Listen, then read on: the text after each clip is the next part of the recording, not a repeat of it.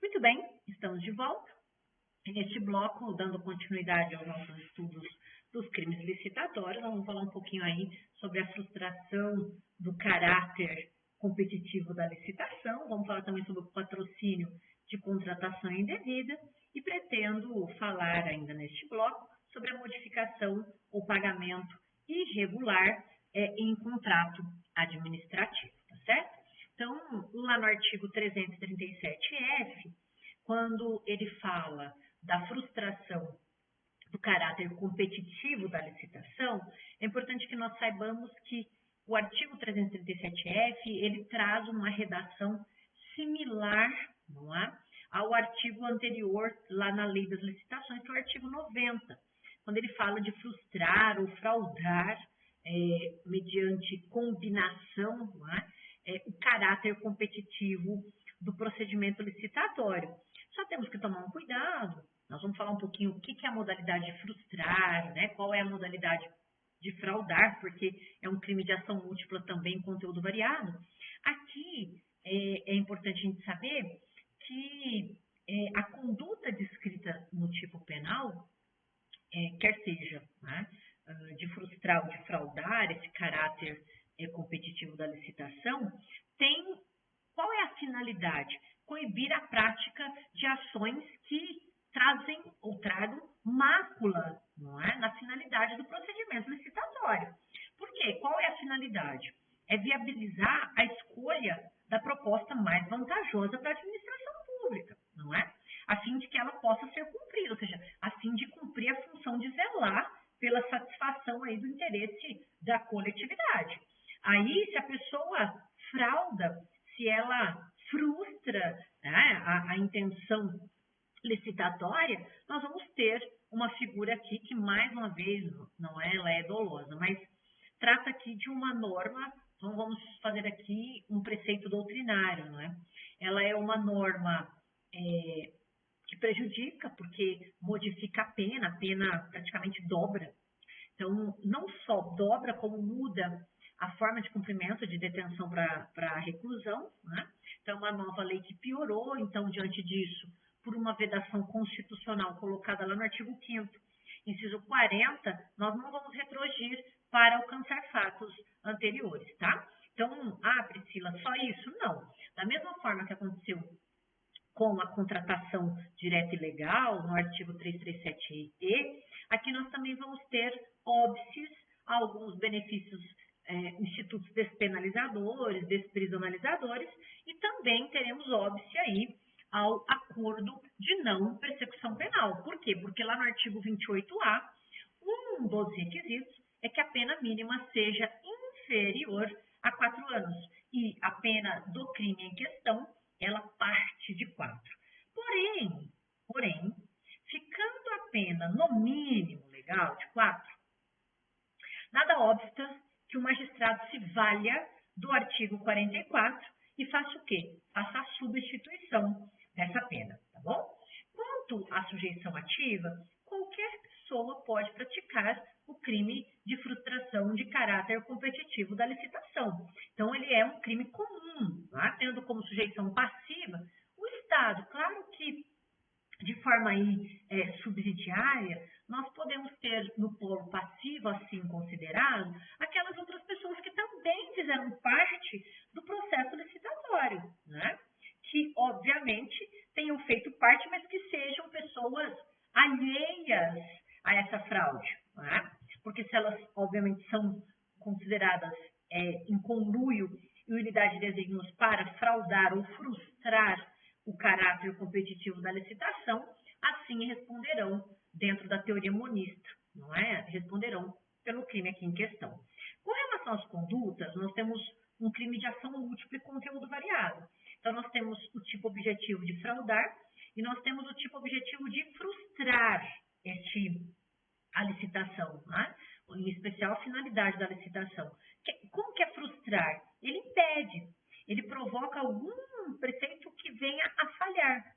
E fraudar é burlar, atrapalhar, ele manipula, isso é bastante comum, saibam vocês, a manipulação em especial do valor, né, na questão da licitação, para quebra da competitividade. Então, principalmente com relação a fraudar, são condutas que são frequentes e recorrentes nos institutos licitatórios, tá? Então, veja que não importa se ela frustrou ou se ela fraudou. Por quê? Porque o crime se consuma com qualquer do cometimento do crime, do verbo, pela pessoa, tá? De igual forma, ao crime antecedente, nós não temos a modalidade punição pela modalidade culposa. Por quê? Porque a culpa, nos modos do artigo 18, inciso 2º do Código Penal, ela só pode ser punida se ela estiver expressamente determinada. Então, nós não temos punição a título de culpa. Uma coisa que é importante aqui a gente considerar é que esses crimes, né, nós precisamos ter aquilo que chamamos de dolo específico. O que é o dolo específico? É aquele dolo com a finalidade de obter para si ou para outro, né, ou para um terceiro, essa vantagem, de alguma maneira, decorrente da manobra feita na licitação, né? Dessa questão de burlar. Então, a gente não tem um dolo genérico. Ele precisa fazer isso com a finalidade de causar espécies aí, né, de vantagem decorrente aí desse momento competitivo da licitação, tá? Uma coisa que também é importante a gente falar, e vejam, esses crimes, os crimes a gente estuda assim, né? O que a doutrina fala, o que a jurisprudência fala, o que quer dizer isso, é assim que a gente estuda os crimes em espécie. Não poderia ser diferente com os crimes licitatórios. E aqui uma grande situação que acontece é saber o momento de consumação dessa fraude, porque ele exige um dolo específico, mas não há uma exigência. Veja, não há para o STJ uma exigência de um resultado naturalístico. Por quê? Porque a consumação para o STJ desse crime se trata de um crime formal. Os crimes formais, nós temos a conduta, nós temos o resultado e não há a exigência do resultado, basta que se faça a conduta, tá? Aí você deve estar se perguntando, mas admite a tentativa? Sim, a doutrina e a jurisprudência sinalizam pela admissão da tentativa, iniciados os atos executórios para fraudar, a fraude não aconteça por circunstâncias alheias à vontade do agente. Uma outra coisa que é importante para a gente fechar esse crime, a titularidade é incondicionada. Então, o Ministério Público, ele não precisa de nenhuma condição para a propositura do petitório inaugural. Perfeito? Seguindo dentro do nosso estudo, veja, a gente tem ainda um monte de crimes, né? Eu pretendia falar aí de 3 nesse bloco, deixa eu ver o tempo aqui, espero que a gente consiga e vai dar certo. O próximo crime que a gente vai tratar é o crime de patrocínio de contratação indevida, que está lá no artigo 337-G. Da mesma forma dos crimes antecedentes, nós temos, ou tínhamos, uma norma que também tratava desse patrocínio de contratação indevida, que ele figurava lá no artigo 91, mas, assim como a maioria dos crimes, eles pioraram a pena do sujeito, né? Então, houve aqui uma piora na pena, não na pena mínima, mas na pena máxima e também na mudança do regime, porque passa a ter aqui, passa a ser reclusão, tá? Priscila, essa questão de patrocínio, né? É uma modalidade. Vocês se lembram quando a gente estuda os crimes contra o funcionário público, né? Cometidos pelo funcionário público contra a administração pública? Nós temos um crime lá cometidos pelos funcionários, que ele é chamado de advocacia administrativa. Está lá no artigo 321, onde o funcionário público ele peticiona perante a administração, fazendo pedidos, né? Ele é funcionário da administração pública e ele peticiona fazendo requerimentos à administração pública. Aqui é de maneira muito similar, né? A doutrina coloca aqui como uma modalidade específica ou especial da advocacia administrativa. Então, por quê? Porque ele vai patrocinar, ele vai pedir, vai fazer algum pedido com interesse privado, fazendo com que haja, né, dando causa aí a instauração de licitação ou que também haja celebração de contrato, né, que vai ser aí, obviamente, decretada pelo Poder Judiciário. Então, ele se assemelha ao crime do artigo 321. Aqui, de igual forma ao que acontece no crime de contratação ilegal, no 337E, é um crime próprio. O que é um crime próprio? Ele exige na sua sujeição ativa que seja cometido pelo funcionário público, tá? Percebam que não necessariamente esse funcionário público deve estar associado ou responsável pelo processo licitatório, tá? Não há essa vinculação. A única vinculação exigida é de que ele seja funcionário público. Lembrando que os crimes próprios, eles admitem coautoria e admitem participação, tá? Então, por quê? Em especial aqui, o terceiro que não, né? O terceiro que não seja ou não venha a ser funcionário. Se ele conhece essa condição de funcionário, que vai aqui pedir, patrocinar, né, perante a administração pública, essa questão licitatória, se ele conhece essa situação, se estende a ele por ser elementar para o tipo, nos modos do artigo 30, ok? Ah, Priscila, o que é patrocinar? Pedir, né, enfim, requerer, tá? Lembrando que, assim como os dois antecedentes que nós tratamos, a punição do crime de patrocínio de contratação indevida só acontece a título de dolo. Então, até pode existir uma inobservância do dever de cuidado. O único problema é que a inobservância do dever de cuidado não vai sofrer punição aqui no artigo 337G. Aqui também se trata de um crime material. Então, para que nós possamos imputar ao sujeito o crime de patrocínio de contratação indevida, há a necessidade de instauração de procedimento licitatório ou até mesmo uma celebração de contrato. Por quê? Porque a doutrina entende que o crime em referência é um crime material, exigindo resultado naturalístico para a sua consumação, tá certo? Por fim, não menos importante, não há uma vinculação.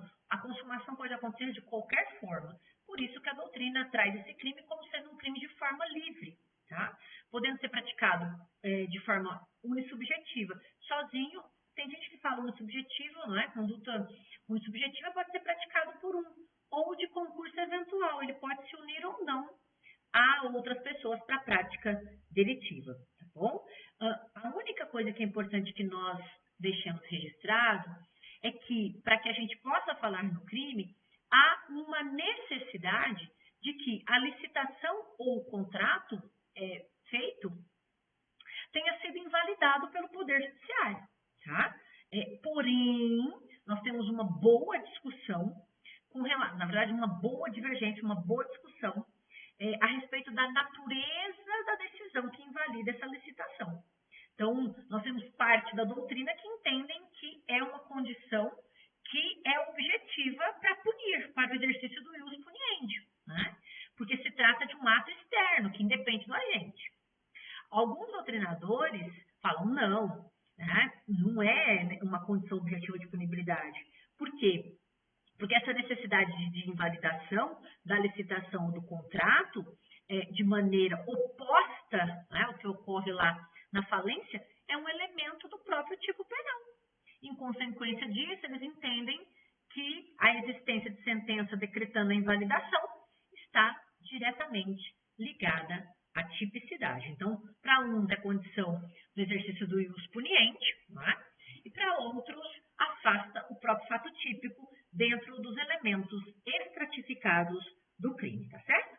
Por fim, não menos importante, para a gente fechar esse bloco aqui rapidamente, nós temos o crime de modificação ou pagamento irregular em contrato administrativo. Nos mesmos modos do que tratamos nos blocos anteriores, ou na verdade no bloco anterior, esse crime que hoje ele é estabelecido no artigo 337H, ele tinha, não é, fixação normativa no artigo 92 da antiga Lei das Licitações, tá? Então, uma coisa importante que aqui é bom falar, que esse crime acontece numa fase posterior à própria licitação, né? Já durante a fase da execução do contrato. E é bom falar que é importante dizer, né, que essas penas aplicadas aí ao crime de modificação são penas, a gente tem pena privativa de liberdade cumulada, né, com pena, inclusive, artigo 337-H? Então, a primeira parte do dispositivo trata da conduta de modificar ou da modificação irregular em contrato administrativo. Essa primeira parte exige um elemento normativo específico. Né? Que elemento normativo específico? A ausência de autorização em lei, não é? No edital ou da licitação, ou também nos respectivos instrumentos, se a conduta for permitida por lei, pelo edital ou até mesmo pelo contrato. Se for permitida, vocês sabem que ela será penalmente atípica.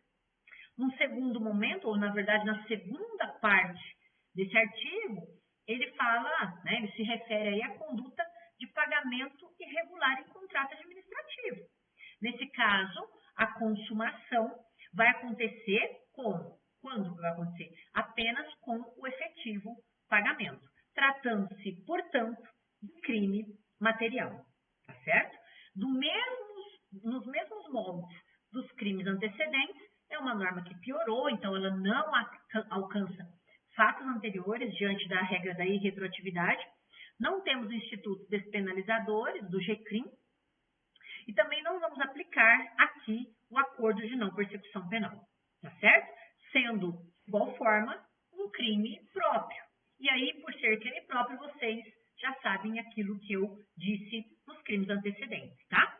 A única coisa é o seguinte, com relação a ser um crime de ação múltipla e conteúdo variado, nós temos lá admitir, ele reconhece, ele aceita, possibilitar, ele proporciona, né?